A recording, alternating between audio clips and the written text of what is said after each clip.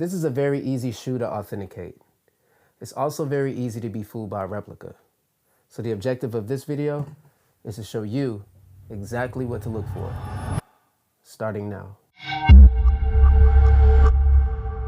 Yo, what's going on folks? Retrospective Dave here, and in this video, we'll be legit checking the Midnight Navy Air Jordan 3. So first, you wanna make sure that you have a woven footbed with red lines. Notice that the red lines on this pair are very faint. Some of the replica pairs will have red lines as well, but they will be much darker and thicker than those on the authentic pairs. Next, you wanna make sure that you have Dreamcell inserts. This particular pair does not have the men to women size conversion that other Jordans do, so if you remember this small detail, then this could help you avoid getting scammed. So the factory code on this pair reads VW1 and it was produced in Vietnam. Because it was a general release, some pairs might have a different factory code. I don't have any knowledge of what those factory codes are at the moment, but feel free to leave your factory code in the comment section if it is different from VW1. So if you're buying this sneaker brand new, then the sizing sticker should be placed above the Jumpman. I know sometimes stickers can easily fall off or be removed, but in this particular case, for this particular shoe, the sizing sticker should be placed above the Jumpman. So another detail to note is that your left and right shoe share the same production dates. In the event that the production dates are not the same, that doesn't mean that your shoe is fake. However, it is becoming a standard that your left and right shoe have the same production dates. So one thing that separates the authentic from the replicas with this particular pair is the upper. The upper has a matte finish and does not appear as glossy as some of the replicas that are out there. You also want to pay close attention to the stitching around the elephant print. Notice that there is little to no space between the stitching and the edge of the panels on the authentic pairs. On the replicas, the stitching is much lower and the difference is very apparent when you have the two side by side. Moving on to the box, you do have two stamps underneath the box lid. Oddly enough, you do not have a YDM sticker inside of the box, at least for this particular pair. You do not have any stickers or stamps underneath the box lid. One piece of shoe paper is included, and the official colorway for this shoe is white and midnight navy. So if you got something useful out of this video, definitely hit the like, consider subscribing if you haven't already.